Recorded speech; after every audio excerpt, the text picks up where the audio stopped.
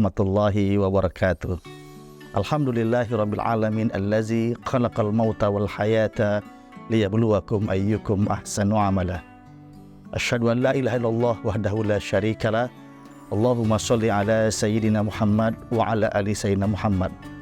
Pemirsa IBS TV dimanapun Anda berada, di sore hari yang berbahagia ini, mari kita bersyukur kepada Allah Subhanahu wa Ta'ala. Alhamdulillah, sampai hari ini Allah berikan kepada kita sebuah nikmat, bisa berjumpa dengan bulan suci Ramadan. Mudah-mudahan segala amal kebaikan kita diterima di sisi Allah Subhanahu wa Ta'ala. Salawat berangkai salam semoga tercurahkan kepada baginda Rasulullah Sallallahu Alaihi Wasallam dengan ucapan Allahumma sholli ala Sayyidina Muhammad wa ala ali Sayyidina Muhammad. Salamu alaika ya Rasulullah, salamu alaika ya Habibullah. Pemirsa IBS TV dimanapun Anda berada, kalau kita naiki sebuah mobil, betapa hebatnya mobil tersebut, mewah mobil tersebut, bahkan baru pun mobil tersebut, kalau ada satu komponen yang kemudian dia rusak, yang nampaknya sederhana, yaitu sebuah rem saja, maka mobil tersebut akan takut kita naiki, takut kita akan mengendarainya. Kenapa? Karena ada rem yang sedang rusak. Begitupun kehidupan kita yang kita laksanakan pada hari ini. Kalau seandainya kita hidup dalam kondisi yang hari ini terjadi, maka kita perlu namanya rem kehidupan. Maka di sore hari ini saya sampaikan kepada kita semua, materi kita berjudul tentang rem kehidupan. Ada 4 rem kehidupan yang mesti kita miliki dalam kehidupan kita. Yang pertama adalah rem yang pertama dalam kehidupan kita ini. Kita kalau mendapatkan nikmat dari Allah Subhanahu wa Ta'ala, kita mesti punya rem yang pertama. Apa itu rem yang pertama? Rem yang pertama adalah milikilah rasa syukur kepada Allah Subhanahu wa Ta'ala. Karena bagaimanapun ketika kita mendapat nikmat dari Allah Subhanahu wa Ta'ala, kita harus punya rem yang pertama, merasa bersyukur kepada Allah Subhanahu wa Ta'ala. Apa itu? Kita mengakui nikmat itu berasal daripada Allah Subhanahu wa Ta'ala. Ada contoh nyata dalam kehidupan kita. Kita kenal yang namanya Qarun di zaman Nabi Musa alaihissalam. Beliau adalah seseorang yang kemudian Allah anugerahkan harta yang begitu luar biasa. Bahkan dikenal sebagai orang terkaya nomor 2 di permukaan dunia ini. Beliau orang terkaya setelah Nabi Sulaiman alaihissalam. Apa yang terjadi? Saking kayanya beliau ini, Qarun ini memiliki kunci brankas yang begitu luar biasa banyaknya. Sampai-sampai hanya pemuda-pemuda yang kuat-kuat saja yang bisa memikul kunci-kunci gudang brankas daripada Qarun laknatullah alaihi. Apa yang terjadi? Ketika beliau tidak kemudian diminta untuk berinfak, beliau mengatakan, sesungguhnya ini hartaku bukan daripada Allah Subhanahu wa Ta'ala, tetapi ini berasal dari usahamu sendiri. Apa yang terjadi? Pemirsa IBS TV di mana Anda berada, ternyata Allah tenggelamkan dia dengan seluruh gudang-gudang uangnya, gudang-gudang harta bendanya. Allah tenggelamkan di mimpi Allah Subhanahu wa Ta'ala. Apa yang menjadi hal yang bisa kita ambil dari hal tersebut adalah karena dia lupa akan rem kehidupan yang pertama, yaitu rasa syukur kepada Allah Subhanahu wa Ta'ala. Yang kedua, rem yang kedua yang mesti kita miliki adalah bahwa kalau kita diuji oleh Allah, dikasih musibah oleh Allah Subhanahu wa Ta'ala, maka kita mesti punya rem yang kedua, yaitu milikilah rasa sabar. Sabar adalah kunci. Jangan sampai kita kemudian nekat, jangan sampai kita kemudian kecewa, jangan sampai kita kemudian merasa gagal. Lihatlah di Jepang, kita kenal di Jepang ada istilah harakiri. Mereka angkat samurainya, mereka tusukkan ke dada kirinya, lalu mereka mati. Kenapa? Mereka tidak siap gagal, mereka tidak siap untuk kemudian tidak sukses. Akhirnya mereka membunuh diri mereka dikarenakan rasa kegagalan itu semua. Di Amerika Serikat, di Eropa sana, kalau mereka tidak sukses, ada yang kemudian terjun dari gedung yang tinggi, ada yang terjun daripada jembatan yang tinggi. Mereka mati bunuh diri karena mereka lupa sesungguhnya ada rem yang kedua, yaitu rem sifat sabar itu sendiri.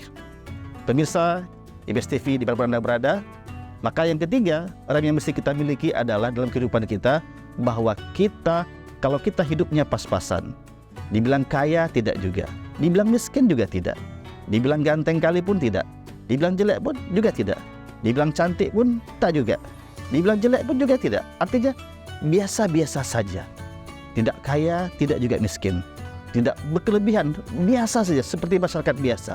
Maka kita mesti punya rem yang ketiga. Apa itu pemirsa? Yang ketiga adalah milikilah sifat qanaah. Minta sama Allah diberikan sifat qanaah. Apa itu qanaah? Merasa cukup dengan pemberian Allah Subhanahu wa taala. Tahukah kita, orang-orang yang korupsi, orang-orang yang mengambil uang rakyat, mereka bukan miskin, mereka bukan tak punya uang, mereka bukan tak punya harta benda, rumah mereka megah, mobil mereka mewah dan sebagainya. Tapi apa yang terjadi? Mereka tak punya rem yang ketiga dalam kehidupannya, yaitu sifat qanaah. Rasa cukup dengan pemberian Allah Subhanahu wa taala. Kalau orang itu tak punya sifat qanaah, apa kata beda Rasul? Seandainya manusia punya lembah emas, satu lembah emas itu begitu banyak uangnya. Lembah emas bisa kita bayangkan pemirsa, luar biasa itu. Kalau kita kalikan itu berapa uangnya itu, triliunan bahkan uang satu lembah emas itu. Tapi apa kata Rasulullah? Kalau manusia punya lembah emas satu saja, maka dia pasti minta lembah emas yang kedua. Artinya apa? Tidak pernah akan ada rasa cukup kecuali dia miliki rem yang ketiga. Apa itu? Minta sama Allah, diberikan sifat qanaah, merasa cukup dengan pemberian Allah Subhanahu wa taala.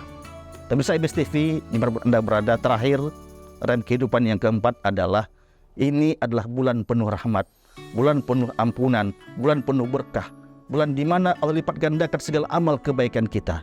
Tapi ingat, setiap ada peluang kebaikan, kita mesti ada rem yang keempat. Apa itu?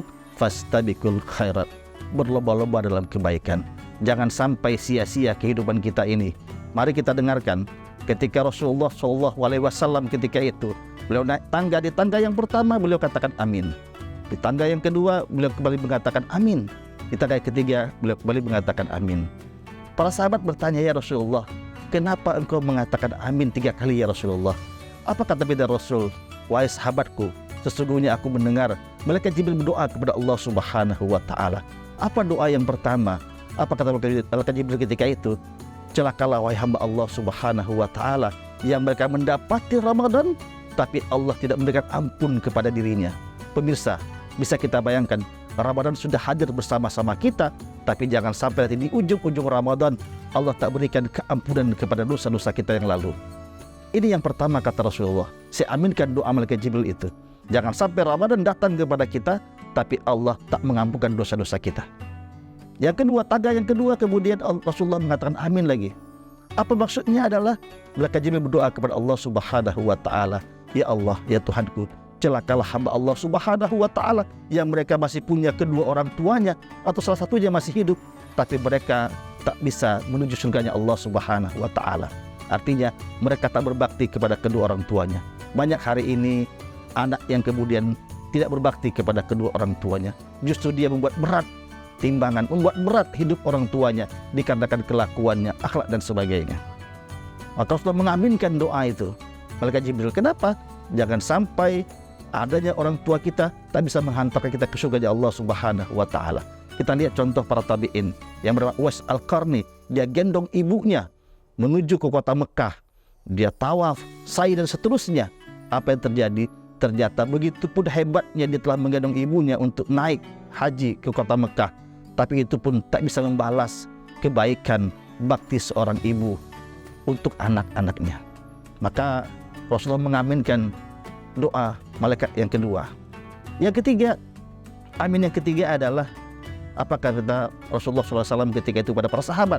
Aku mengaminkan yang ketiga adalah karena malaikat Jibril ketika itu berdoa kepada Allah Subhanahu wa taala, ya Allah, celakalah hamba Allah Subhanahu wa taala yang mereka mendengar namaku disebutkan di depan mereka, tapi mereka tak mau bersalawat kepadaku. Inilah ya, mari sama-sama kita di bulan yang penuh berkah ini, mari kita sama-sama memiliki 4 rem kehidupan. Jika mendapat nikmat, kita bersyukur kepada Allah Subhanahu wa taala. Jika kita mendapat musibah ujian dari Allah Subhanahu wa taala, kita bersabar kepada Allah Subhanahu wa taala. Jika kita hidup kita pas-pasan, tidak kaya tidak juga miskin, maka minta sama Allah diberikan sifat qanaah. Dan terakhir, di bulan yang penuh berkah, kalau ada peluang kebaikan, mari kita berfastabiqul khairat. Akhirul kalam, assalamualaikum warahmatullahi wabarakatuh.